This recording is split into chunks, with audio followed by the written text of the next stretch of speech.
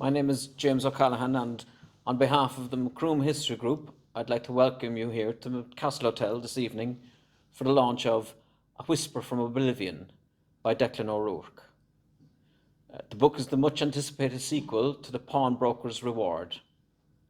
The format for the evening will start with some slides and a brief presentation on the famine in Ireland and the Macroom Workhouse by Con Kelleher.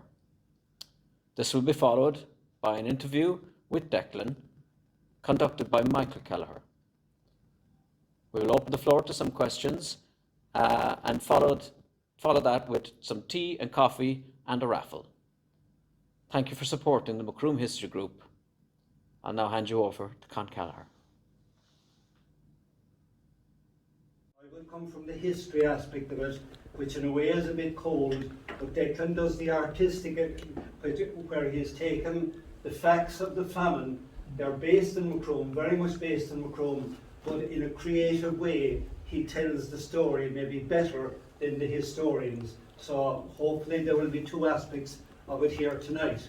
Okay? Now, James will do it. This is just introducing the presentation. Now, if you notice, this is when the workhouse was in place from 1843, just 2 years before the famine, and it was burnt down in 1921 by the IRA as part of the War of Independence.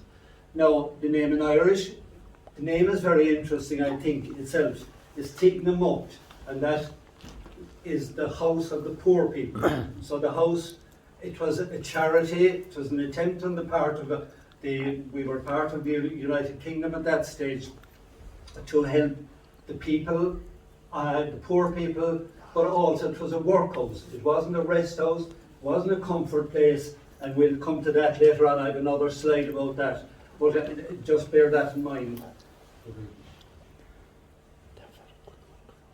Now, these are just a couple of pictures of Macroom. Lovely picture of Macroom, I hope, anyway, and that's the way it is now, but it wasn't always like that.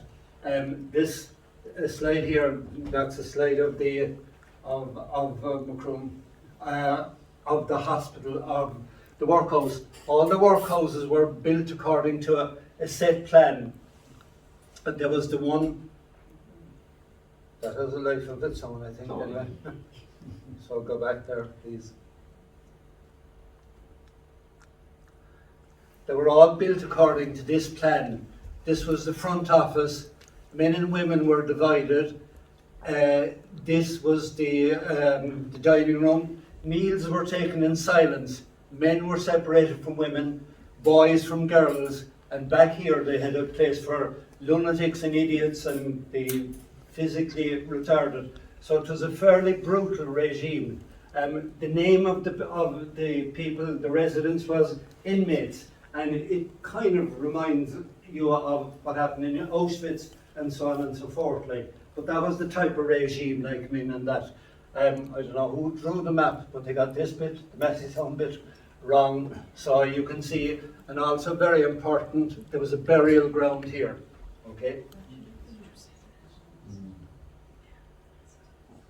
Now, Ireland before the famine, we had a huge population. Even today, our population, the whole of Ireland, is 6.5. So the famine is still affecting us today. Even with all our prosperity and our advances in technology, we still haven't got back to the population of what it was 4 years before the famine began. So there was a huge amount of people there. Poverty was all over the place. Most people were destitute, not only poor but destitute.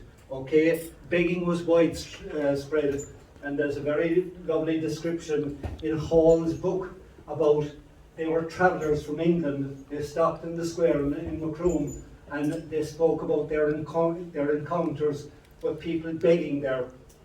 They met a pregnant young girl, and she was under pressure from her family, and there's a beautiful description. So if you ever had time to have a look at that, it's a beautiful description. And the big point about all this thing, and about Macroom history in general, is these are our forebears. These are our people. you know, Irish people were put into slavery, into destitution, and not only that, they were decried and looked down on and abused because of their ignorance. And you don't have to look too far in the world today. Look at what's happening out in Gaza. You know, the same business playing out, decolonizing, dehumanizing people. And this is what our forebears, people in Macroom, suffered at this time. Okay? No, sorry, go back again.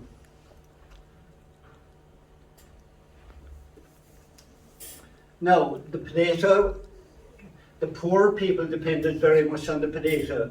When the potato failed, the people were in trouble. As simple as that. On its own, milk and potato, they were a very good nutritious food. Because, and how do we know that? One of the ways we know that is that the Irish recruits in the British Army were slightly taller and slightly stronger than recruits from Scotland and Wales and other places. So it was quite a nutritious diet, like at that stage.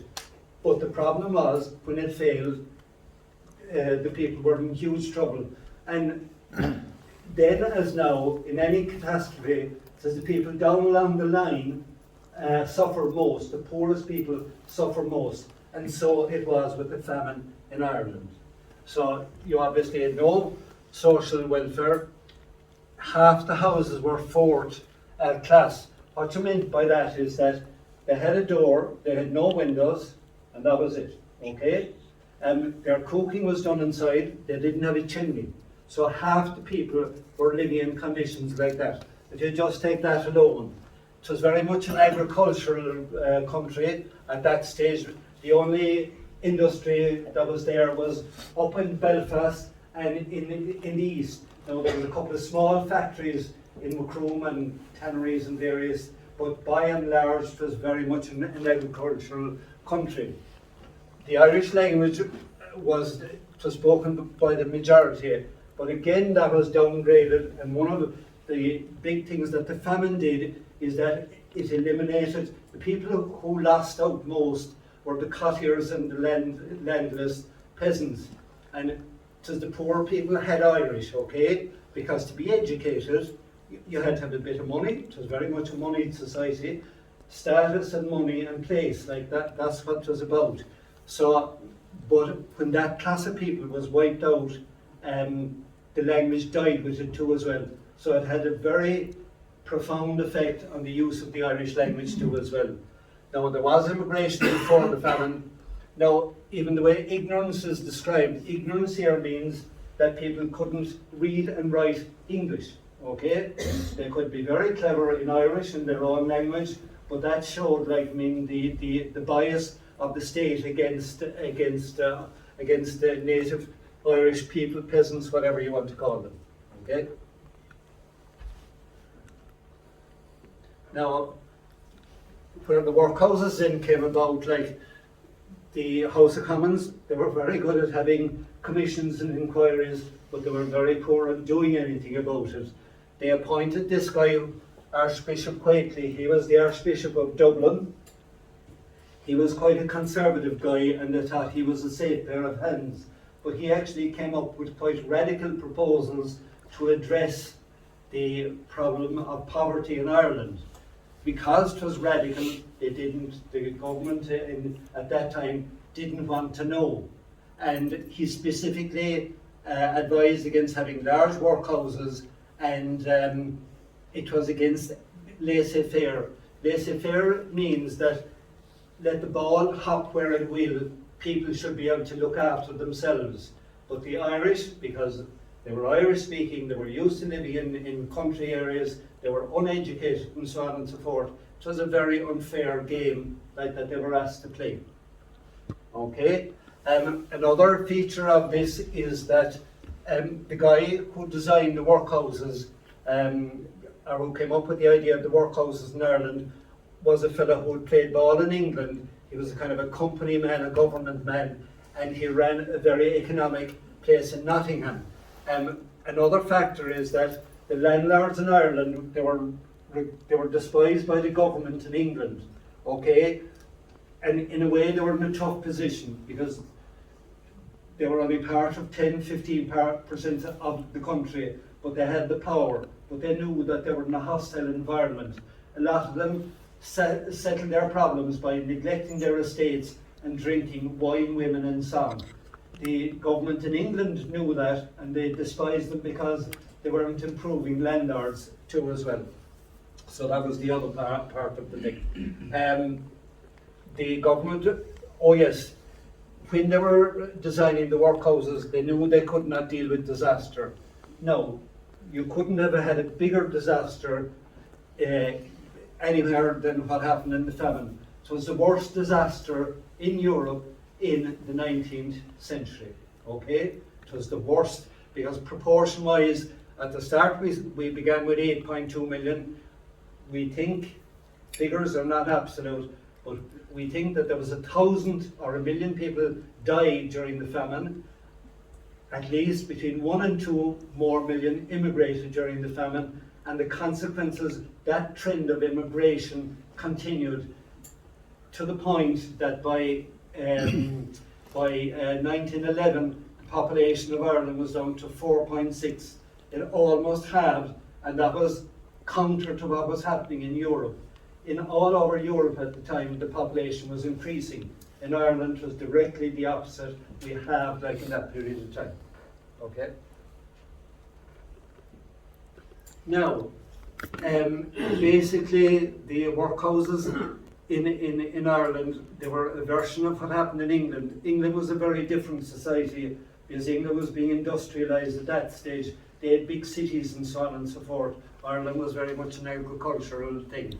Now, the rules governing the Irish workhouses were worse than were harsher than those that obtained in England. And this was their basic idea about the workhouses. They wanted to make them, the people who they enter there, they should be worse fed, worse clothed, worse lodged than the independent labourers of the district. The point about that is that the labourers in Ireland were already living in subhuman conditions. So they wanted to make the workhouses worse than subhuman conditions, whatever that is, like in that. But that was the attitude of mind of the English government and the authorities at the time. They thought they were pampering people by putting them into workhouses, and by just they weren't having that, like they weren't going to give it any free gratis, like to what they would have seen as spongers. Okay. Now, when they brought in the workhouses, they made a new division in Ireland. They made 130 unions in Ireland, and that's where Macroom is there, and they're the parishes, and that diagram is from Mock said in his book on the famine in Musgrave. Okay. The idea of the workhouse is that because travel wasn't so clever at the time, the workhouse would serve an area of about a 10-mile radius. Okay, so Macroom's one then was built in 6 acres and so on and so forth. They were called inmates, as I referred to already. That's when the first inmate went. During the famine, there was 2 auxiliary workhouses, one in Macedon and the other is Ashes Shaded, and we're Declan and myself are discussing where that might or might not have been anyway, so if there's any green light, we'll put up some smoke and we'll inform you. Okay, now it was burned on 26th of May 1921 during the War of Independence, and then it went out of business. Okay. Now, that was, all the workhouses were built more or less to the same plan, okay? Macroom had space for 60 inmates, a terrible word, but that's the word, like that's the historic word. And that was based on 1% of the population. The population of Macroom Union was just under 60,058. So that's how they arrived at the figure of 600. 1% of the population. But at one stage during the famine, there was more than 4,029 in the 3 workhouses in Macroom. So like that was well over the 600, like I mean, it was, 6.5 times like of what was, and lots of people couldn't get in like at that stage. Loads of people died under the bridge in Macroom and so on and so forth, like, and were turned away, and that. Okay. Sorry, just one final point. The regime inside the workhouses was shocking. Uniform is the thing. They used to actually wear a uniform, and T.C. Murray actually refers to this, where he describes seeing people walking around with the Macroom Union workhouse. And again, it was very much like what the Nazis put the inmates in Auschwitz and places like that. A striped uniform with a number on it, and I think there was MU on the back of it. Like, so that's the type of regime that was going on. Okay. Now this was the only surviving bit of the workhouse. That's now incorporated into the extension, in the new extension in Macroom Hospital, and they were very careful, and they have a couple of quotations up there and everything. So this bit is preserved, and rightly so, in my opinion. Now, these are just a couple of shots. That's like an Oliver, the film Oliver scene. One of the things that they did, they didn't want the people hanging around the inmates and that. Now, one of the things they used to do, this is a grinding mill, okay? And they got the people to push it physically, very hard labour. But one of the things about this is that there was no end product to this. They weren't pushing for anything. They weren't producing anything. So, like, I mean, how cruel was that? Like, I mean, how, you know, working hard, sweating like mad, poor rations, and they were forced to do this really hard physical labour, like crazy stuff. Like, I mean, and that. Now, women and children were the people who were most there. They were separated. A mother could hold on to her child until the child was about 2, and then the child was transferred to the children's section, okay? And then I think the mother could see her a couple of times a year. So again, that was another barbaric cruelty of what was happening. This is a picture I took of, there's a workhouse preserved up in Dunamore in County Laois. And this is a picture of, I think it was the doctor's room, okay? But you can see the luxury here compared to the misery and that. So it was very much a divided thing. Go again. That's just a number. Now, the workhouses during the famine, and I'll finish up quickly now because you certainly didn't come here to listen to me, but obviously when the famine came, the numbers increased, conditions deteriorated, hygiene was poor, disease increased, and you could see that because they were overcrowded. They weren't built for luxury. A lot of the latrines were outside, etc., etc. And in fact, especially in the workhouses, but also outside, most of the people who died during the famine, they died from disease. They didn't die from starvation.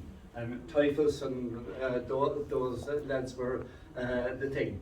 It was the landlords, the people who had a bit of money, they were supposed to pay for the upkeep of the workhouse. The famine also beggared those, so they weren't in a position to pay for maintaining the workhouse. The government equally was very reluctant to plough more money. The government, basically, their attitude, this is a work of providence. This is God's way of sorting out the weak and the poor people. So off with it, like, I mean, and that. I think Boris Johnson is quoted as saying something about that, like, I mean, about COVID too, as well, as far as I know. There recently, like, and I think it came out in the inquiry in England. Okay, so that. Nearly finished now, just a couple more. Now, this is a picture of the remains of Mount Massey House. That was an auxiliary house. Declan and I are having discussions about the Buckley family came down from there.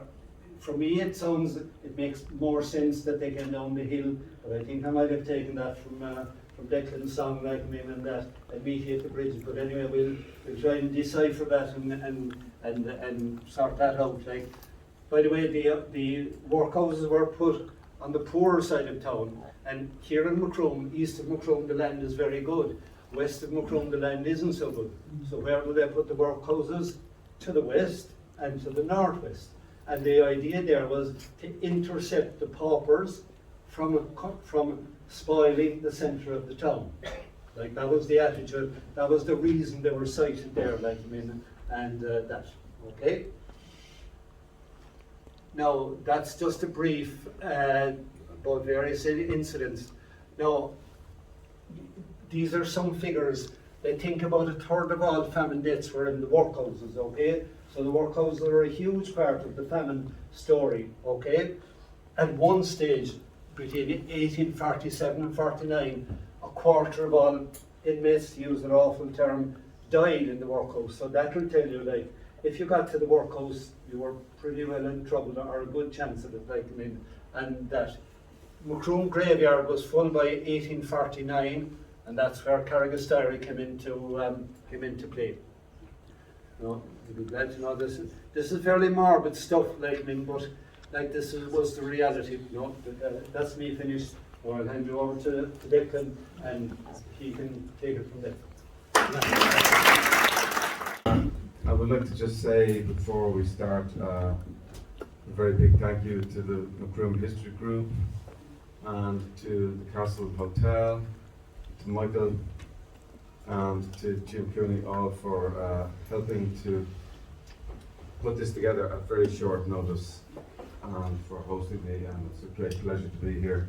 Very surreal to be here over the last 24 hours and to be walking around inside a book almost, it feels like, but of course it's very real, and the books are just a version of the history with some narrative added in. Okay. Am I on? I am. We're good. Declan and myself met below Skibbereen a few years ago. Went to one of your concerts, and that was the time you had the album out on the famine. Whole series of songs. And one of the songs you sang, Poor Wild Shoes, took us to here. But I suppose what I was interested in is, how does somebody with Dublin to Australia and now Kinvara find out, be involved in finding out about the stuff that happened around here? And how did that lead into where the album of songs came from, the information you got? What drew you into the whole family experience and writing the album and the songs around that? How long did that take for, and how does the information become a song then as well? Thanks, Michael. How long have we got? Around the year 2000, after returning from living in Australia for a few years, I was drawn into some family history. My mother and her siblings had just learned that my granddad's birth cert said he was born in the workhouse in Gort. That was 1915. Of course, I later learned that was not to do with the famine. His being born there was long after the famine, but in a time of, I suppose, church and state, and he was born out of wedlock, and his mother was sent away there. Was your grandfather? That's my grandfather. Okay. So that's another story, of course, but it was my introduction to the workhouse and essentially to the famine. And basically, when we learned he was born in the workhouse, nobody really knew what that meant in the family. We knew it was some kind of institution, and I was very intrigued and wanted to find out more. And not long after, I was walking through Easton's in O'Connell Street on a Saturday, and I happened upon one of those wire baskets full of a book, Yeah. The Workhouses of Ireland, by Yeah. John O'Connor, for £1, I think. Okay. And You now you can't get it. It's out of print. It go far wrong there at a pound. It couldn't, No. you know, and I thought, well, here's my chance to find out, and so I picked it up and got on the bus, and I remember sitting upstairs on the bus on the way home from town, and I opened the first page and began to read, and within a couple of paragraphs, you know, and basically John O'Connor said that he had been part of a kind of a nationwide scheme working on county hospitals, and he had developed an interest in the workhouses because many of them were subsumed into county hospitals. And he developed an interest in that, and he started to research it. He said a lot of it was facts and figures and administrative documents and everything. He said, but slowly the pages began to be peopled by figures, and he went straight into, he said, the man who carried his wife home from the workhouse mile after weary mile to their old home and was found the next morning dead with his wife's feet held to his chest as if he'd been trying to warm them. That was a very... And that's the book, please. That was, yeah, the book, and the hair stood up on my neck when I read that. I'd never encountered something so powerful, I think, and I was instantly compelled to share that as a young songwriter. I also realized that this was an area that had been sorely neglected in not only our culture but in the arts in general, and I kind of saw an opportunity of we'd say a vein to mine, and I kind of set myself a task to be able to write a song about something that I thought nobody wanted to hear about, even if it was just for me. Okay. And I set out to do it as carefully as I could. So it's from going from what we were talking about earlier, the million died and the million immigrated and all of that stuff, you were going to the people and your family at a particular time in a particular place. So how much did you find out, we'd say, in the finding out about the O'Bogan family? Like, I think you said to me you came to Macron, you came to the workhouse, you came to, I think with the Carrick Siren, you said. So you had some of the information when you were writing the song? Or that come after? Some of it, I think some of it came after, but without going off on too much of a tangent, there's a very interesting thing that sometimes happens with songs or writing, and that can be that you can, we'd say I read those 3 lines to begin with, and then I frantically read through the rest of the book to find out more. I desperately wanted to find out more about this family and their story.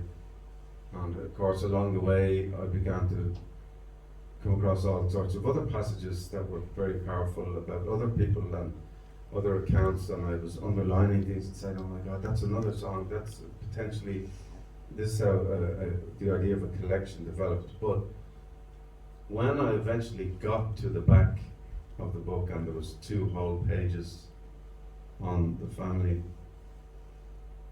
I was already halfway through the song, and I realized, and this has happened to me quite a few times, that and I've been this was 2 years maybe in the making or something, and you can go all the way around the world trying to research everything, find out everything you can, but all you needed was in that tiny first drop, and you can almost have it finished without adding the other information. If that, I don't know if that makes any sense. But you turned it around from, and I suppose that's what really hit me first, was you turned it around not from how their life ended, but you started off with, he met her to dance, she had flowers in her hair, these were a normal young man, young woman from around here who had hopes and dreams, and they started a family, they had 2 children. Like, where do you go from the awfulness of it all and yet find the humanity, the people? Well, I suppose Where do you get to meet them? Yeah, that was the most difficult part. In a way, I'm not a historian, I suppose. My job was to make people feel things and to make them feel what I felt. That's what I tried to do. I tried to take, when I have a very powerful or strong feeling about something or something very profound or moving, your instinct is to, how do I make somebody else feel like that? How do I package this up and with a set of kind of musical and lyrical instructions so that this person has the same experience as much as you can. And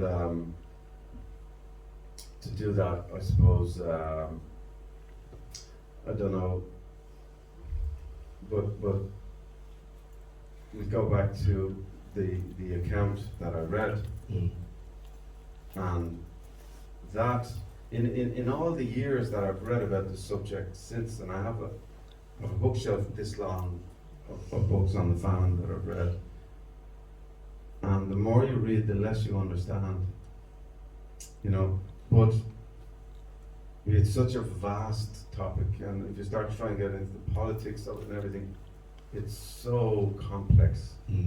But if you take a tiny human story like the ROURKE family, that has everything you need, because people can relate to that. I'm not saying this in a convoluted way. I realised this over time. My experience is that I went to concerts in Skibbereen, and you played the song, and you said it was connected to Macroom.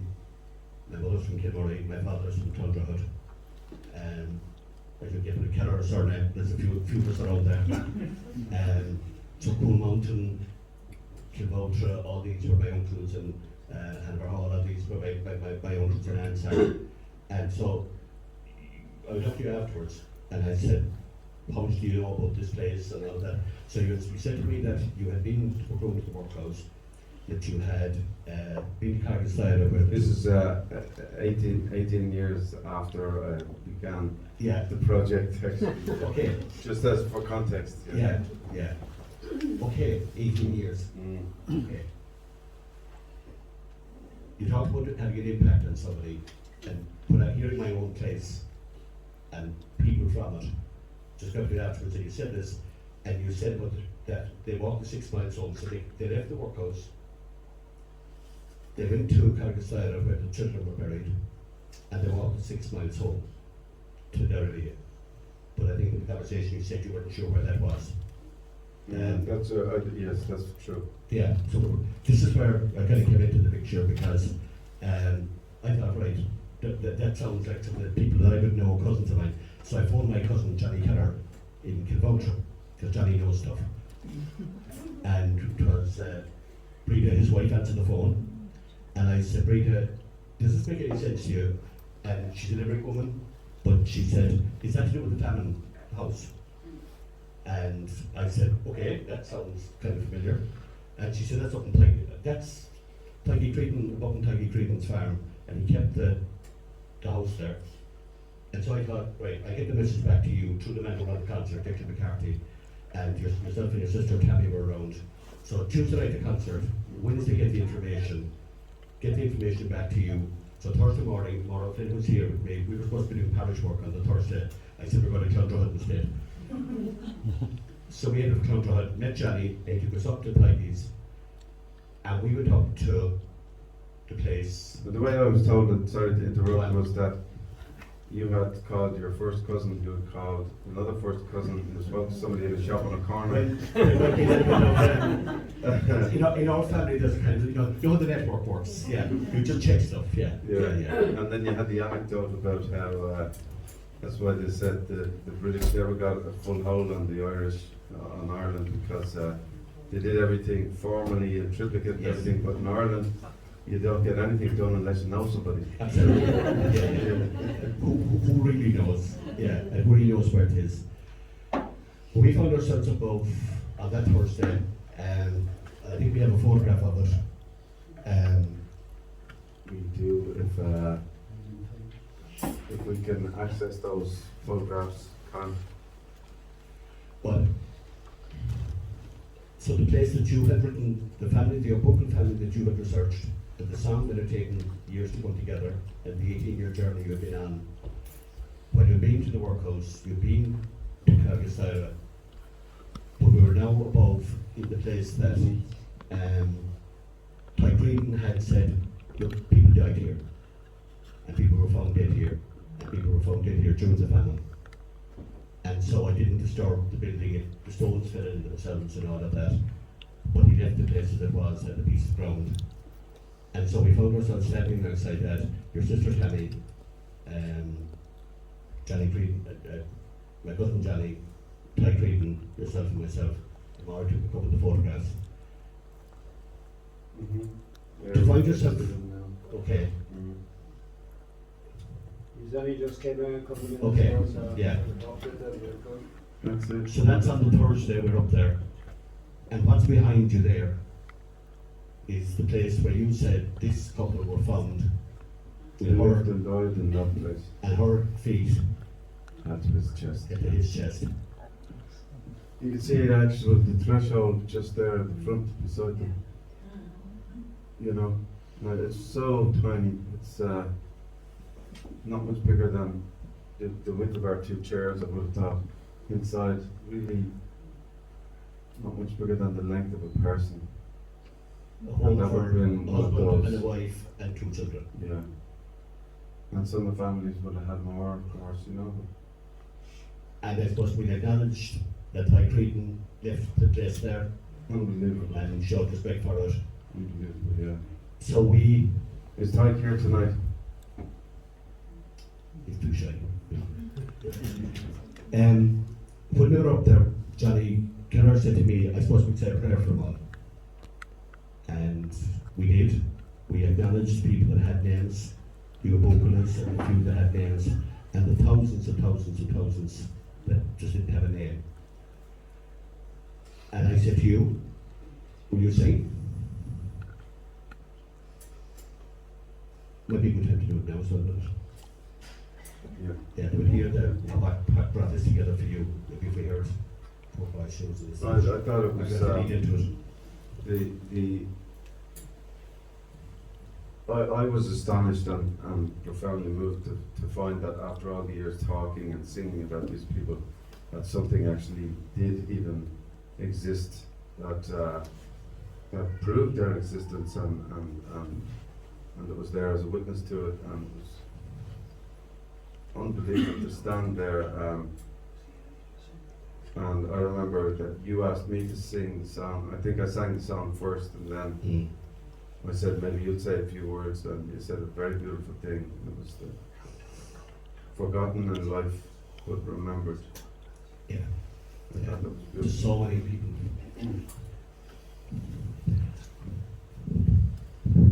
I should turn this off. I think you can still hear me.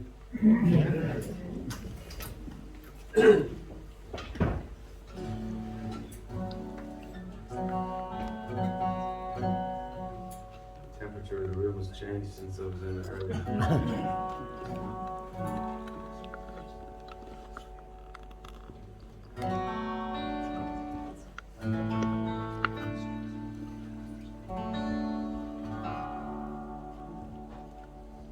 Now, after taking 23 years to get here, I'm going to take my time and make sure the guitar's in tune.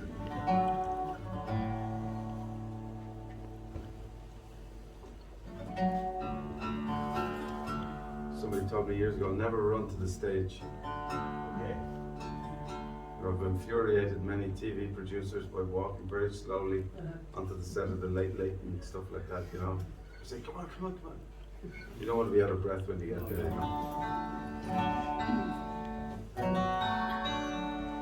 Okay, it has literally changed.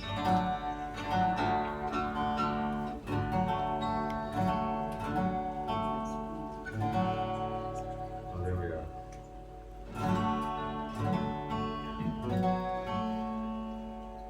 It's a nice song, isn't it? Do you like it so much?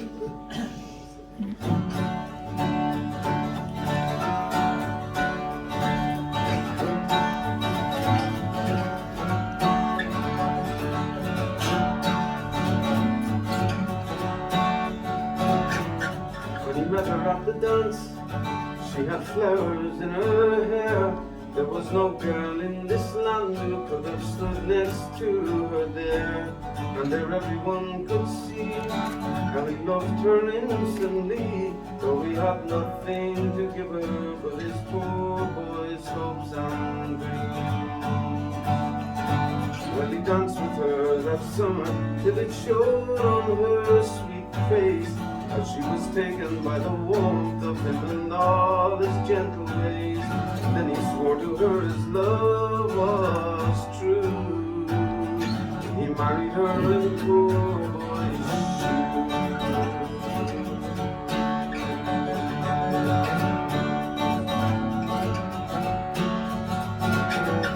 Well, not many years had passed through the grip of his strong hands, when a great unyielding hunger drew its veil across this land. His young love soon took ill, and with two little mouths to fill, it took all he could to keep them from the poorhouse on the hill.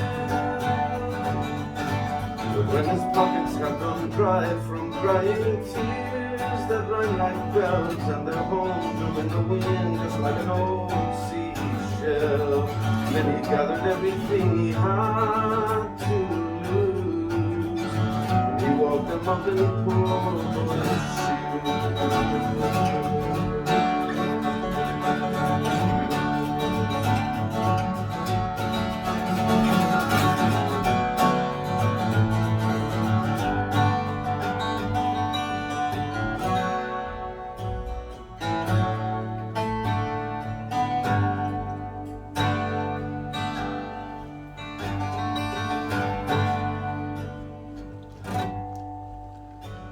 First God took the little boy, then he took the little girl, and soon their little souls were free from all the sadness in this world. Their father lifted up his love, he could no longer walk alone.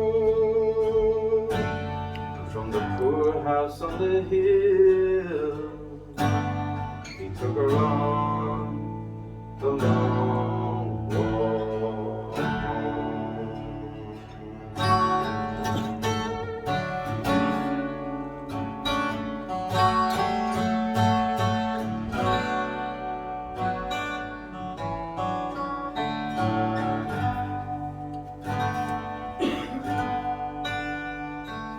There he felt the cold upon her as he laid her down to rest, and so he knelt down by her bed and drew her feet up to his chest.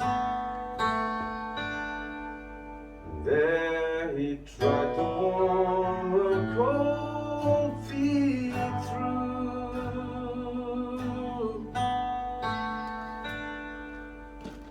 They found him there in poor boy's shoes.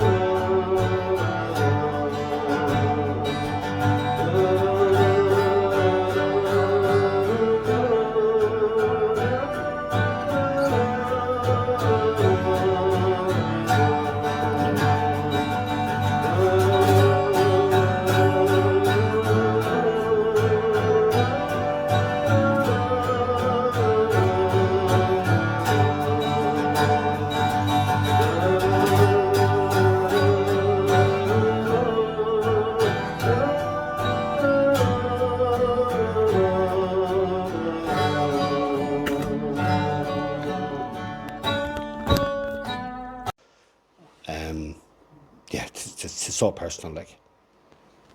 Absolutely, yeah.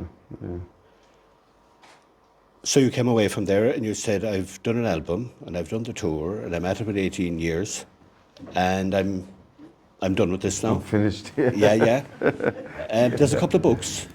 There's a couple of books. A couple of books fell out the back. Yeah. Yeah. Sorry, I'll go back to the mic now.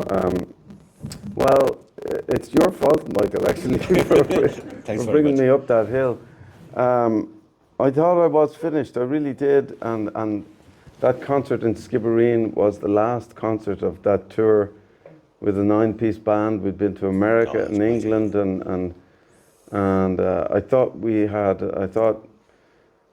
I'd achieved what I'd set out to do as best as I possibly could, and created something with the help of those musicians, the best musicians in the world in many ways, that I could be proud of, and it was time to move on. That's what I felt.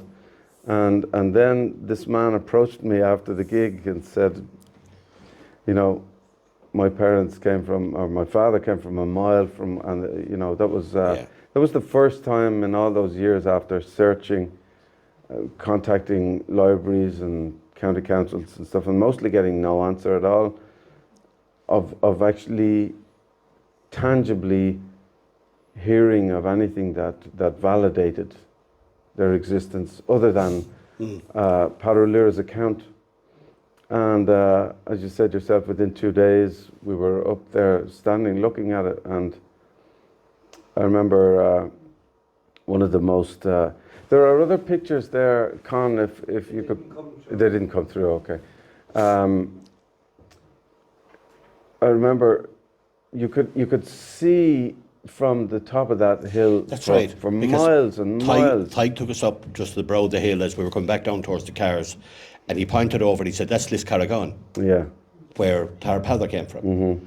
So like you were within line of sight of the man who put this into Mishkale Féin, and who, when it ended up in the workhouses of Ireland, that you found it, and it was so connected and visual and part of the place. Well, he had obviously such a vested interest, because in his account, his father took them in off the road into their stable for a few weeks. He said, family. Yes. Yeah. And you know, but you could literally see, for it just looked like 100 miles of nothing to impede the wind up there. And I remember Tig saying to me that if you stood up here in the wind, it would skin you. And it was so visceral in terms of I suppose kind of a different plane of experience, and I walked away with so much more of a sense of how difficult their lives must have been, and more of their story. And it was around the same time that a publisher got in touch with me and invited me to expand what I had done into book form. I wouldn't have done that. I wouldn't have said yes only for that experience with yourself and Tig and John and Maura and my sister, and the other accidental thing or unplanned event was that I'd woken up one morning around that time and planned to write a song about an old woman who lived across the road from us when we were kids. We used to all hide from her because she'd send you around the shops and keep sending you back, you know. And I was thinking, oh, I'd love to, what I wouldn't give to spend an hour in that woman's company now, you know. And I started to try and, I suppose, brainstorm for a song, and I found with the day to myself, I just kept writing and writing, and it turned into a short story. Now, that was before the publishers got in touch with me. So was that the first time you started kind of That was the first time writing? I ever wrote long form, I'd say, since, I don't know, school days. There's hope for all of us. There's hope indeed. Yeah. And so those three elements coming together made me feel that I had more to do, and maybe the story wasn't finished with me, you know. But then to go on and people it, did you have a lot of information about the Creed family and the pawnbrokers? And Nothing at that point. Nothing? Nothing. Nothing. So you're starting from... That was the other interesting thing. So the publisher said to me, we had a meeting in February, I think, and the director of the company, said, "Would you like to write a book?" And I said, "Maybe." And she said, "Could you get it to us by April?" And I said, "It's taken me 17 years to write maybe 1,000 words of lyrics. I don't think I'm going to turn out a book in 2 months." Anyway, it took a lot longer than that, obviously, but I think I've gone off on a tangent. But finding all these other people and finding I began to. I mean, that's the other thing. So I always was troubled with this subject by a dearth of information, such a lack of existing accounts. There's so little and that's in a way one of the things that makes the ROURKE story so powerful is that it is an actual account of poor people, which there is very little of. Not none, but there is very little of such a detailed account. That's not the only reason it's powerful. It's much more fundamental than that in terms of the gesture of carrying his wife for 6 miles, obviously. But so when I began to say, okay, I want to write more about this family, the first job was to find out, now that I knew where they were, what was available to them, how long did they survive, if I could find that out, who lived around them, who rented the land, etc., etc. Where did they go for relief and the like. And so almost their normal life when things were poor but okay, to when that starts to disintegrate, to what's happening in the town, to what's happening, then it goes into the relief works, and so there's a whole load of layer on layer on layer that there's probably information out there, but it's just to kind of find it and start to weave it into your story. Well, what I discovered was when I looked under the surface, and again, after 17 or 18 years at that stage of reading extensively on this subject and finding very little in any given area, I looked under the surface here, and it was like hitting a gold vein. There was an insane amount of information in terms of, and the likes of people like Cornelius Creed started to appear, and who was somebody who was essentially, and before we go, I want to talk about finding out where his shop was. Please don't let me forget that. But essentially, here was a man who was at the center of the town, the local metropolis, if you like that. These poor people were satellited around. And he was right at the center, not only of the town, but a kind of a junction between the classes. He was corresponding to the newspaper literally on the Board of Guardians meeting, so he was seeing what was happening in there at a kind of a bureaucratic level. These were the people who were charged with maintaining and running the workhouse, but taxing themselves to do it. And the one minor discrepancy or argument I would have with one point in Khan's presentation was that it was not the landlords couldn't do it. They wouldn't. They still had the money at that stage. They weren't beggared yet. They did end up beggared. But these people were literally arguing amongst themselves about how much money they should put in and how much they should tax themselves at, because they were the elite, and it was a very convoluted system. But I'm sorry for those harsh, forceful words, Con. But we'll have fisticuffs later on. Yeah.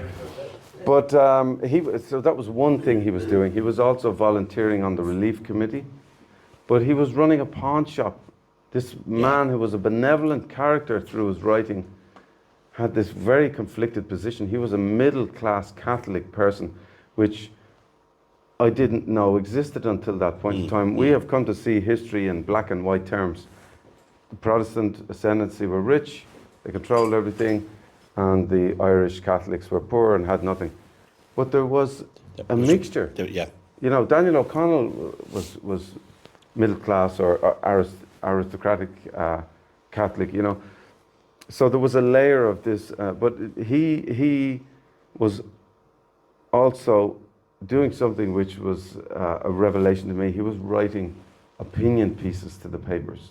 He wasn't just corresponding on these minutes of meetings. He began to vent on behalf of the poor to the papers, and his intellectualism and his writing and his humanity is incredible. I actually suspect he was what we would call today somebody on the spectrum.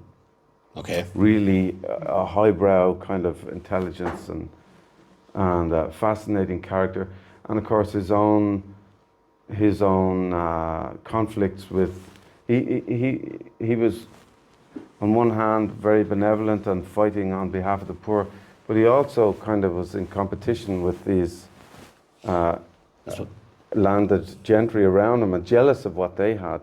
And that's what struck me, I suppose, in the reading of the book. Like the O'Buchala family, obviously a very much huge part of it, and what's happening to them and how the spiral of things starts to go. And then that meets the middle class people and how they're going and how they're affected. You have the Wardens and the landlord classes and their interaction. But one of the curious things about the book for me is that you don't paint people in black and white. The worst of people have their decent moments. The best of people have their darker moments. And but there's a moment in it that it caught me particularly, was that Diarmuid O'Buchala is working in the scheme. He gets paid, he gets meal, he takes it home, and that'll keep him going for a number of weeks. So he has his 2 children, he has his wife, and because of the poverty of those around them, she begins to share a little bit of what they have to live on. Just normal human decency with the neighbours. And so they run out quicker. And they starve more quickly. Like the sheer humanity of that, the decency of the woman herself, the humanity of it. And what do you do in those circumstances when everything is stacked against you and you haven't a hope? And then there's a wider structure of middle class and they're trying to cope, and you have the landed and the wealthy, and they're finding that they're feeling threatened in their way. And to weave all that together, you've done a mighty job. Well, one of the things that, thank you very much, by the way, one of the guiding principles I set myself, if you like, early on was to leave my own feelings out of it, in a way. Of course, I had to use my own experience, and what you kind of do is where there is an irretrievable gap and you're trying to relate something, you allow your own imagination or experience to fill in what you think somebody felt or thereabouts, or you know, if somebody is gone from point A and they're meeting somebody here, you think, well, he probably passed this guy, or you know, and they had to talk about this that was going on and what have you. But and you create a world. You create that, but there was a man contacted me very early on. This man, I don't think I've met him in the person yet, but I've met a lot of people who have met him, and he's a very, very passionate advocate of remembering the famine, and he kind of lobbied for a national famine commemoration day and things like that. Anyway, he wrote to me, and we had struck up a little bit of a friendship, and just as I was beginning to write the book, and I said, I'm starting to write a book on it, and he wrote me one line, and it became a bit of a mantra, and I kept it on a little piece of paper near my desk. He said, "The truth fears no interrogation." And so I didn't need to try and paint the bad people as bad people or the good people as good people.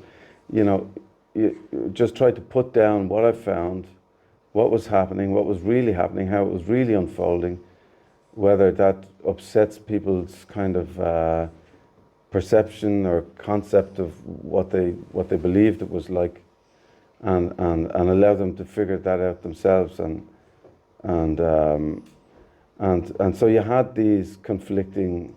It's history is not black and white; it's grey. And you left these people have their own voices. The Catholic priest, Father Lee, the Church of Ireland man, Swansea, and what they were saying to their people. And they, like as I said, you can read the book yourselves, and you'll follow this is happening. I'm conscious that we've kind of opened up the book, and people can buy it and read it, and it's available at a very good price afterwards, and all those other good things that we can say. But because we've spoken for a long time, but I suppose what I said to you over the last few days is that my father was born in 1913. I'm 65. My father was born in 1913. And his parents were born in late 1860s, late 1870s. My grandparents. About a mile from that spot. And so many of our families here would have had similar experience where we touch places like this, that they're all around us, and the generations that we've come from. And I was reading the book, and I said, my father had, when it come to harvest time or bringing the hay or something like that, there would be a tension if the weather was wrong, or a lot of you would remember that. And I realised that my father's had a need and a fear around not being able to put food on the table. And that's recent. So I can say to you that what you wrote helped me to understand my father.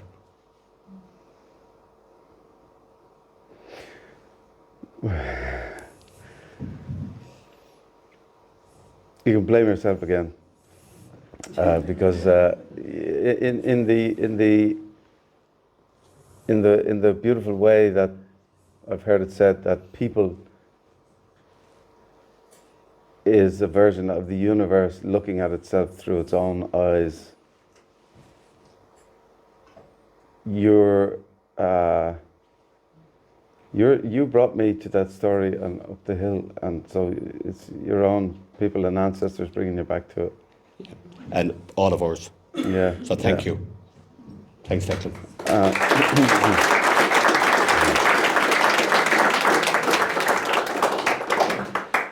It has been very good to me too, and a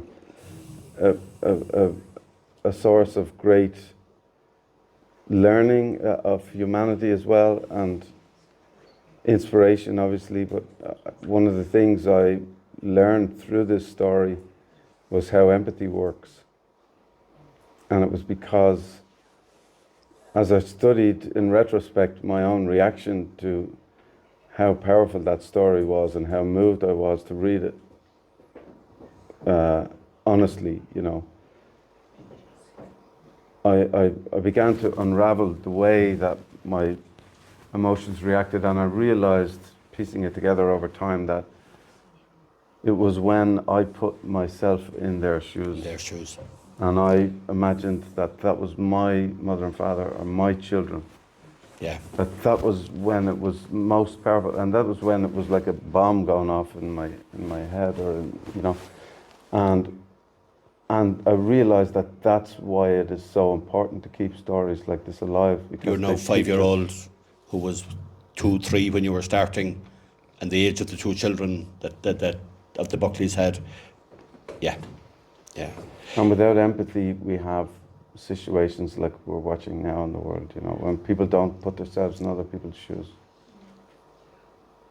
That's why it's important, I think. Okay. Will we open it up to the floor, because there's a lot of layers of information. There's 2 things, I suppose, that came up, and this is for the meeting and for the room and for the floor. Just one thing, I suppose, is we acknowledged about the amount of information that had been gathered that was available to you. But it's in different places and all of that. Con's work and work in the workhouses.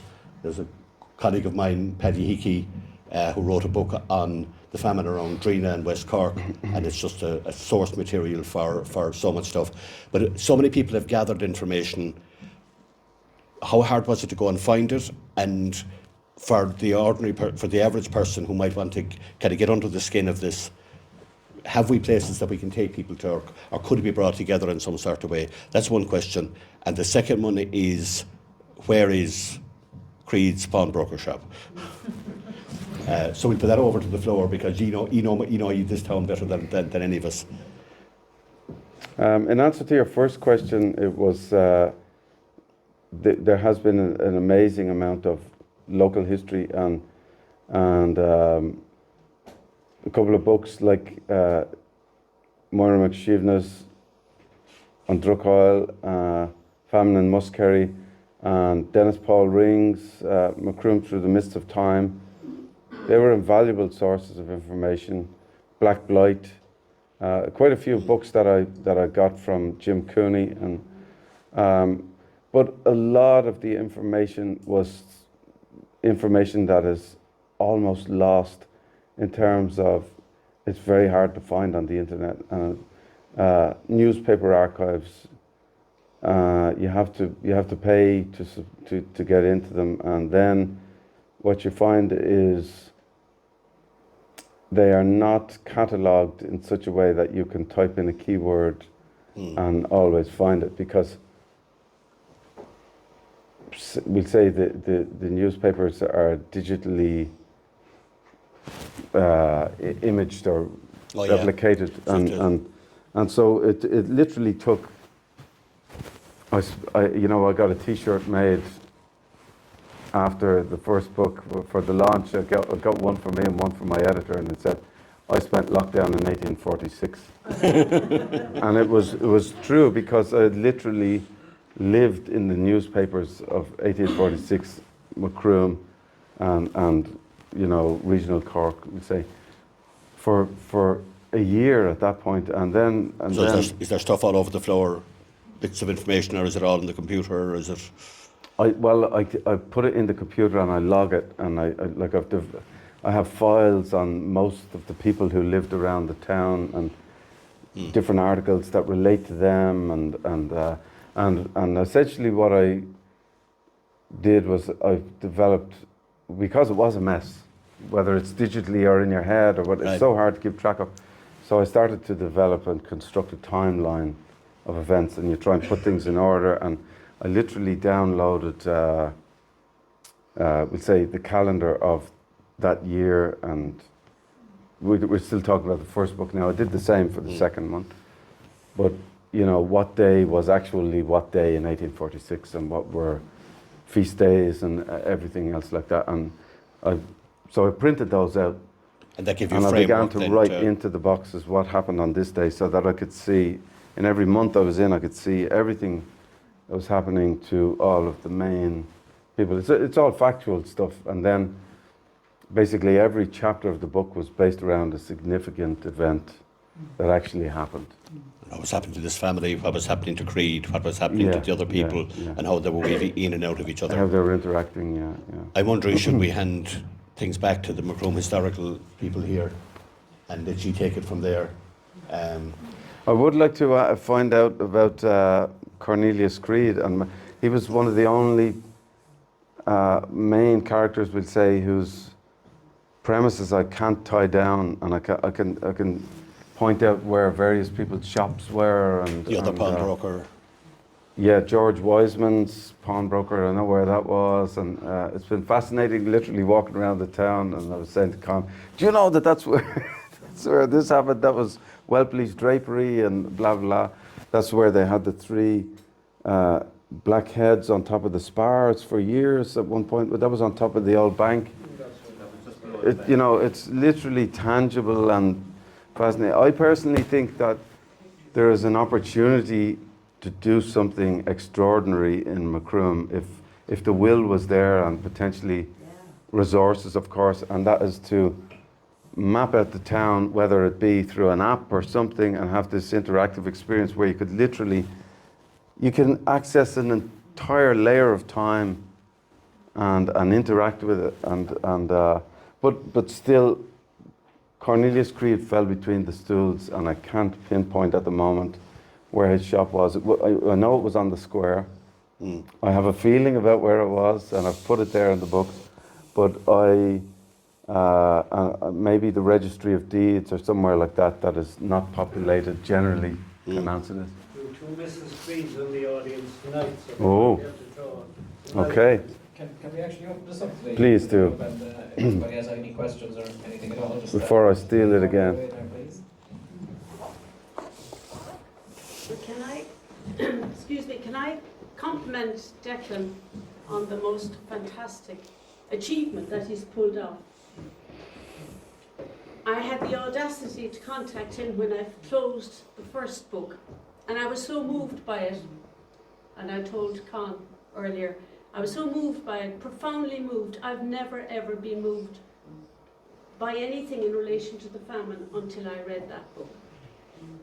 And what he's done is pulled together the black and white of history, but as you said yourself, you didn't want to convey how you felt, but you conveyed profoundly what the famine was and how it affected people. And I'm almost finished the second one. I can't wait to finish it. But again, you've pulled off something absolutely extraordinary, Declan. So in contacting Declan, I wanted to explain to him that my mother was from a crew. Her father was the last clerk of the union in the workhouse. And my mother and her family spent a night in the workhouse in 1921. Wow. They were all walked there because the RIC had taken over their house as a barracks, and there was nowhere to go, so the whole family went. And in her time, she was born, you said, Michael, your father was born in 1913. 1913, and my mother was born in 1914. A beautiful singer, by the way. Rita Lynch Yeah. was my mother, Yeah. who lived out in Park View, where the road separates between the Mill Street Road and the Killarney Road. That's what the RIC took over. They took over that because they were able to cover on the north side and the left side. But I just wanted to say how profoundly moved I was by the book, and for people who haven't started the book, I envy you. Because you're going to find it extraordinary. Very last thing, I was in a bookshop in Cork, and on account of Declan's book, I was treating myself to the Atlas of the Great Irish Famine, and I was buying it. And as I was talking to the person behind the counter, a man on the other side of the bookshop turned around and he said, "Declan O'Rourke's book?" And I said, "Yeah, that's what I'm talking about." He said, "I couldn't finish it yet. I had to put it away. I was so moved by it." So Declan, Thank you very much. Thank you. Thank you.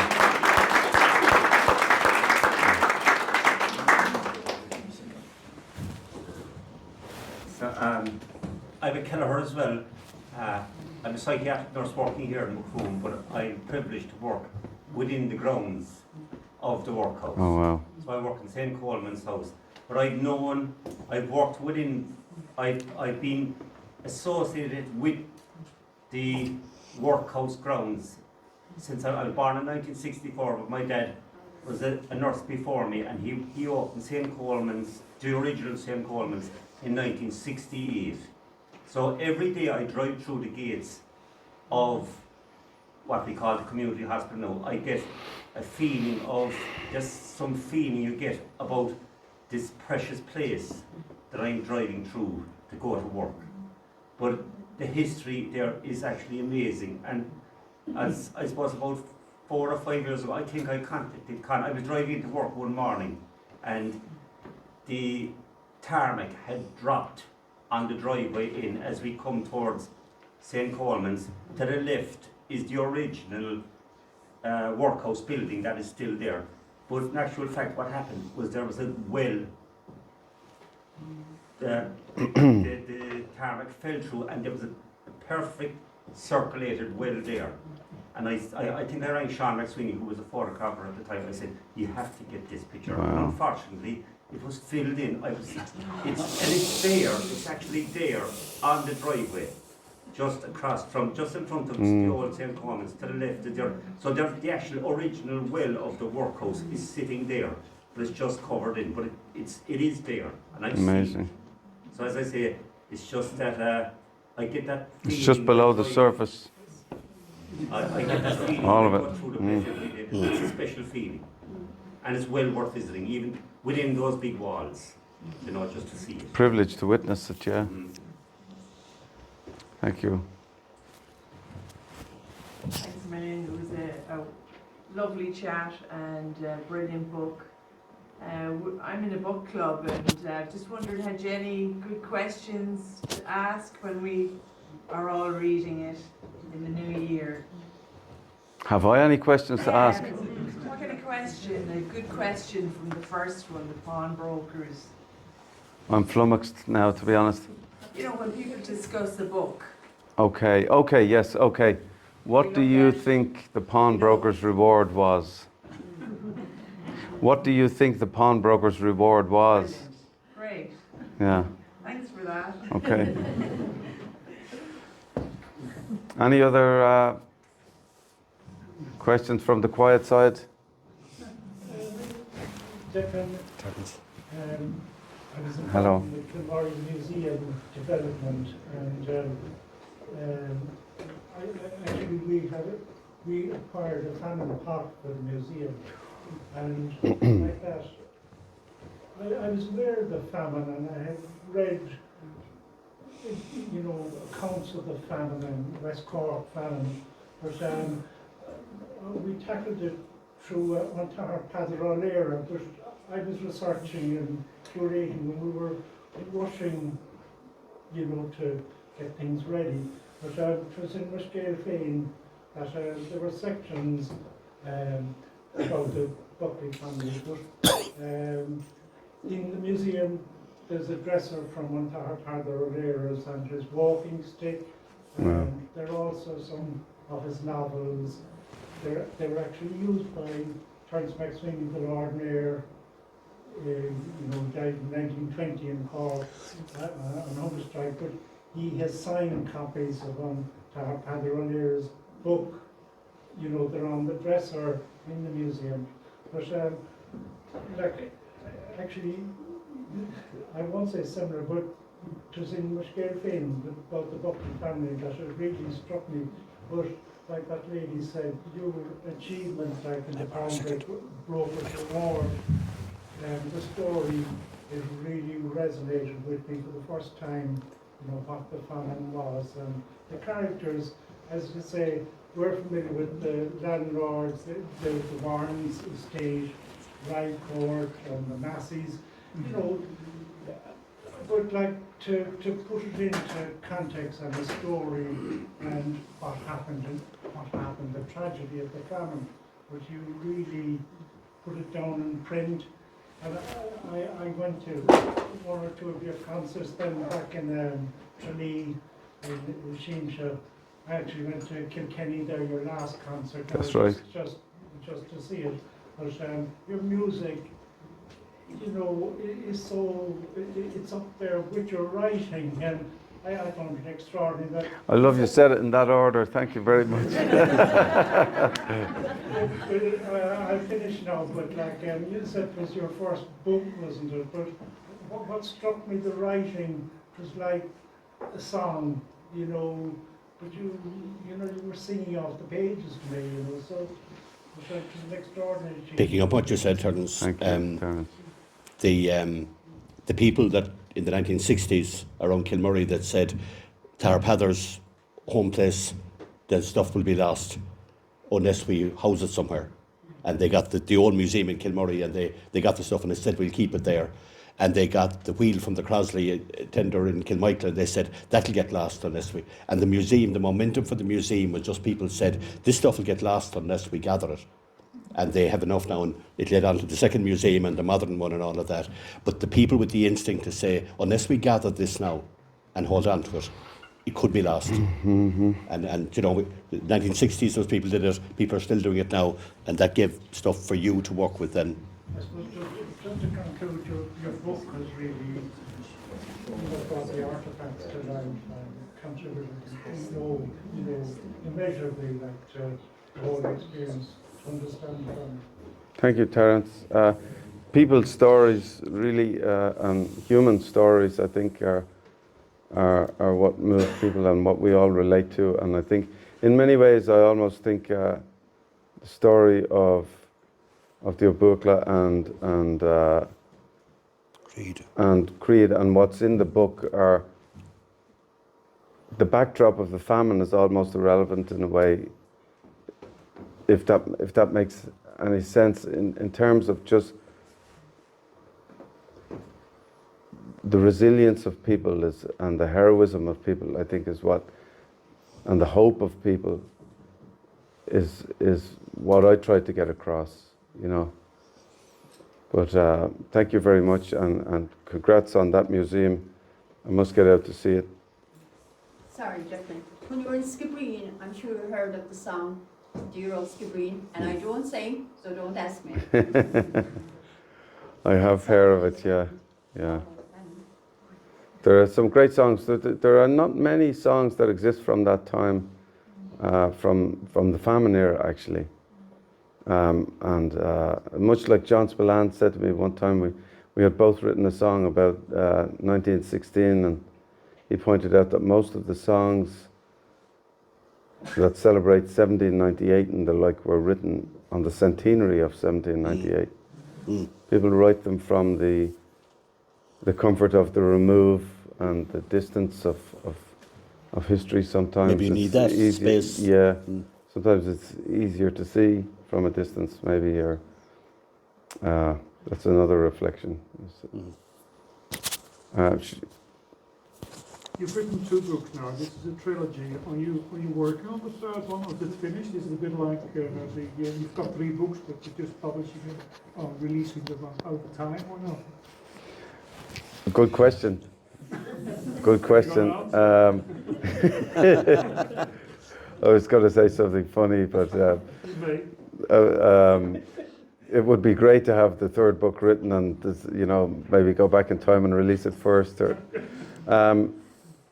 I have lumps of it written, but I don't want to rush it, and I'm going to maybe take a year before I fully immerse myself in it, because I've neglected my musical career, and as I've said to a couple of people, if I neglect it for too much longer, I'm in danger of starting to resemble some of the famine victims in the books. So, but really more on a creative level, I feel like I need to play some music for a while again, and I want to take my time with this one, and also I know it has to be done in ways, but I want to let it take me on its own journey and be surprised by it as much as I'd want a reader to be surprised by it. So I want to maybe come down and spend some time around Macroom and out in Dirralee before I do that, and to just try to soak up a bit of the reality of it as well. And I hope that answers. Thank you. Should I do a little reading or something to finish? Yes. Maybe. How many of you have read the first one as a matter of interest? Okay. And how many have read the second? Or Not yet. okay. No. Well, I'll give you a taste of that one then. Okay. Okay. Where to go? Where to take you? I hadn't planned on doing this one. I narrowed it down to 2 before we walked into the room tonight. 2 sections, but something that Con said has made me choose this one. I think I just don't know where to get into it. So it's related to the workhouse, and for that reason, I will do this one. But I haven't read this out loud before, if that makes any sense. So, okay, so basically, to give some context, a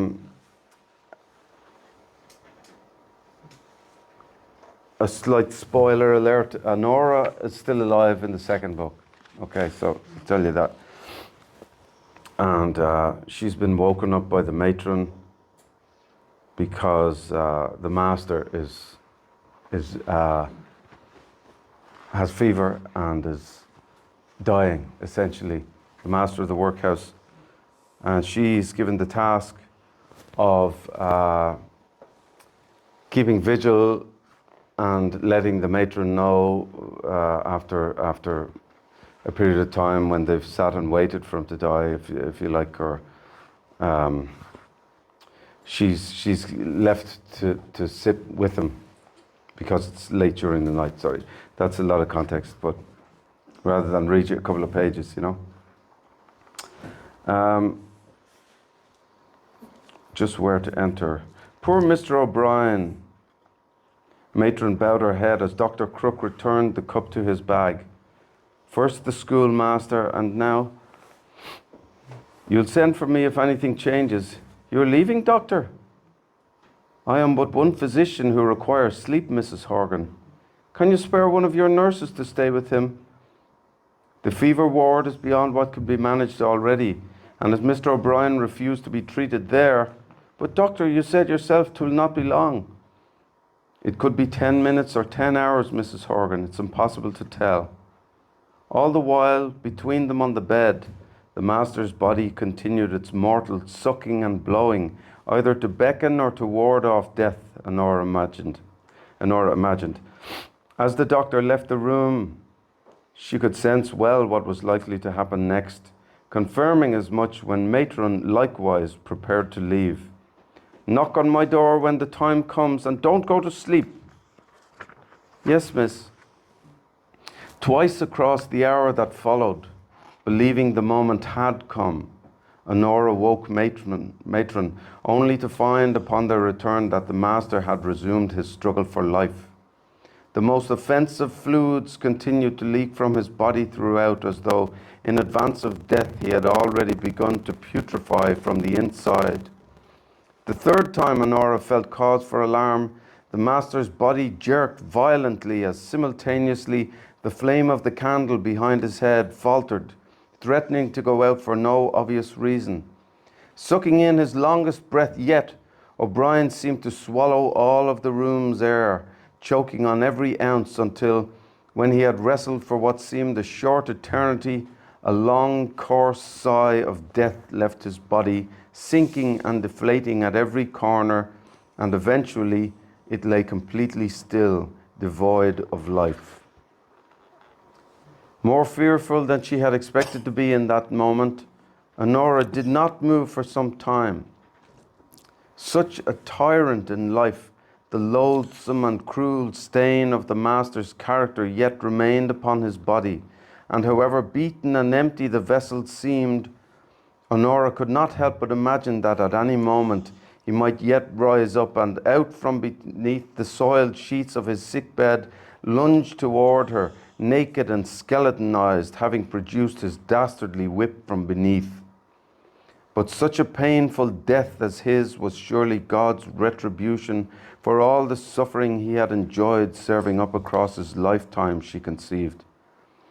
Gazing upon his exhausted remnants, his jaw still thrust wide open, halfway through its last agonized bite, Honora imagined it all was some sort of balancing of the scales.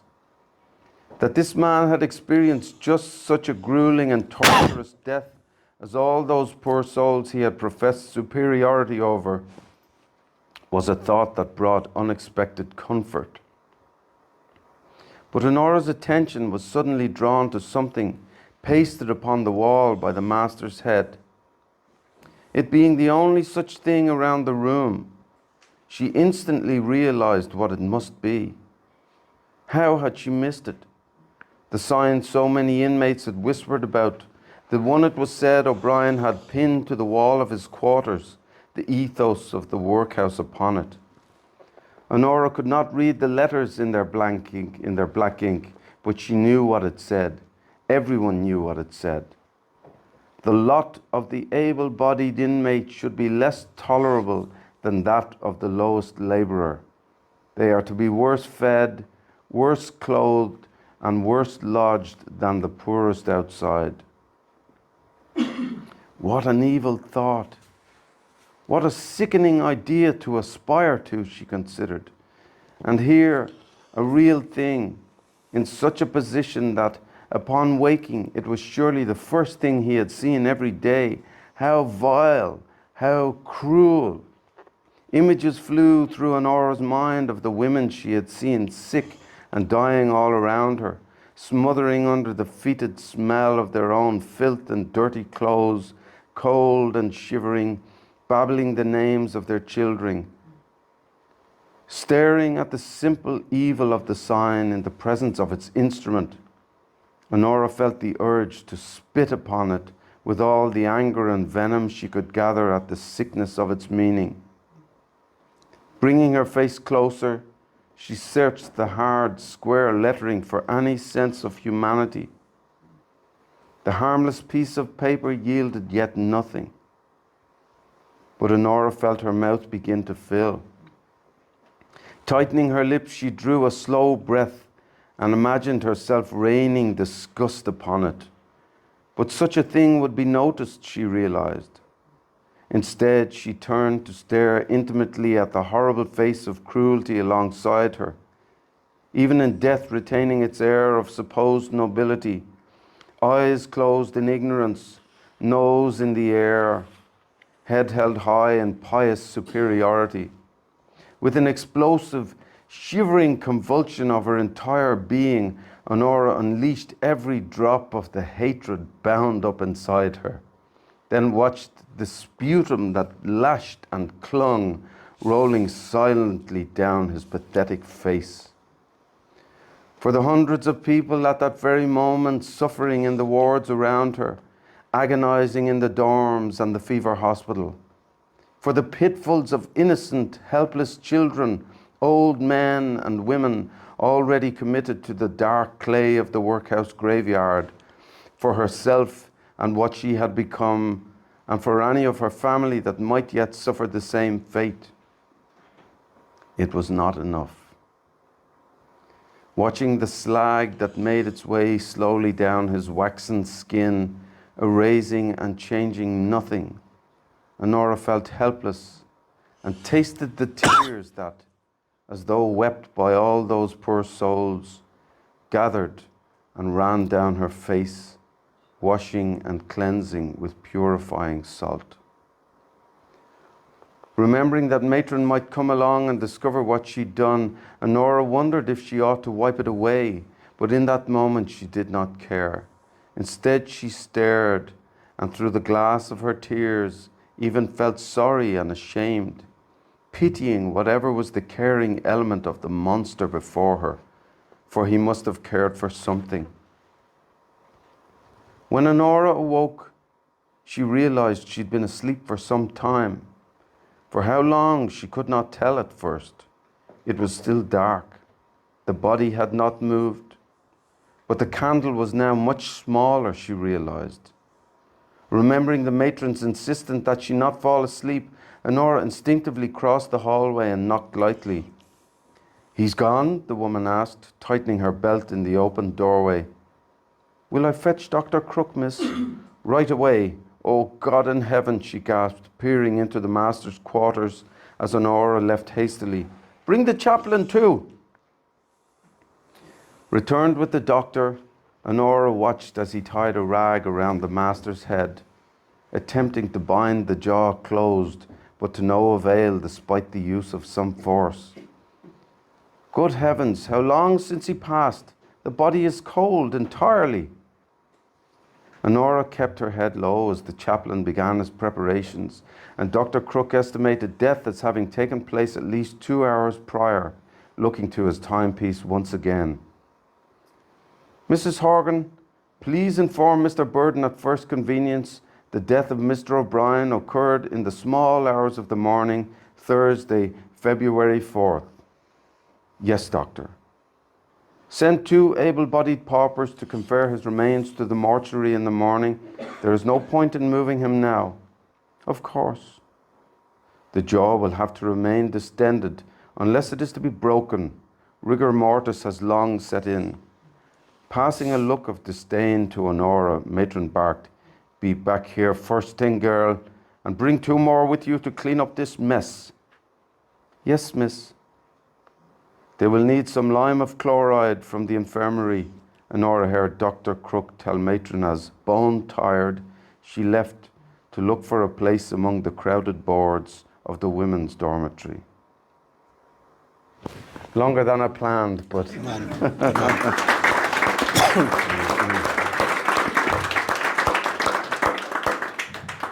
thank you so much. Thank you. Thank you very much, Declan. And thank you, Michael, for conducting a fabulous interview. One more round of applause again for Declan and Michael. It's all right. Yeah, 3-4 years to get there.